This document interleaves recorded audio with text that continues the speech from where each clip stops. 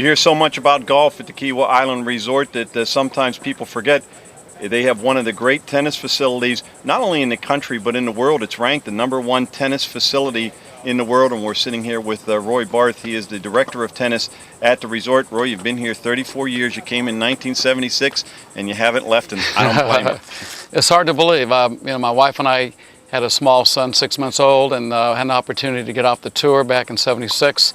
And we didn't know anybody in Charleston, and the resort was brand new, and we took a chance. We said we can go anywhere for 2 years as a family, and then if we didn't like it, we'd go back to California, and we've been here 34, so it's been a great experience. And you have 30-some tennis courts, not only here at this facility, but also at the West Beach Village, which is just a couple miles up the island. And you get people from all over, with lessons and camps and whatnot. And we see tennis, I don't want to say going through another boom, but it's regained its popularity that it had back in the 80s. It really has. I think they've got 30 million tennis players in the nation.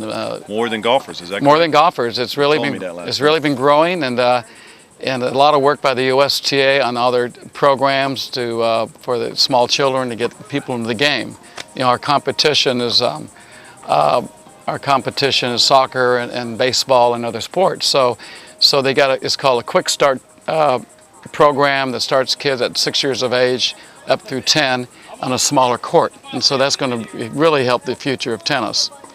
And so anyway, that's what's happening in the game of tennis. We see golf kind of fighting that same problem, Roy, because you mentioned soccer and t-ball.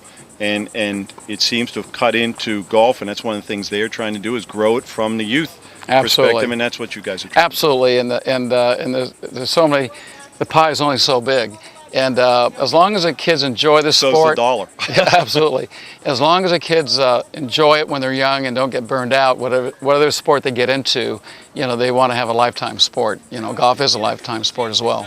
Roy, it has to be pretty cool and rewarding for you. You played on the tour back in the 70s. You played against Arthur Ashe, Bjorn Borg, Jimmy Connors, Rod Laver. And you don't see a lot of tennis players then become instructors. It's hard for them sometimes. Yeah, how did you evolve into that? Well, luckily I enjoy people, and I had a natural gift for picking things out.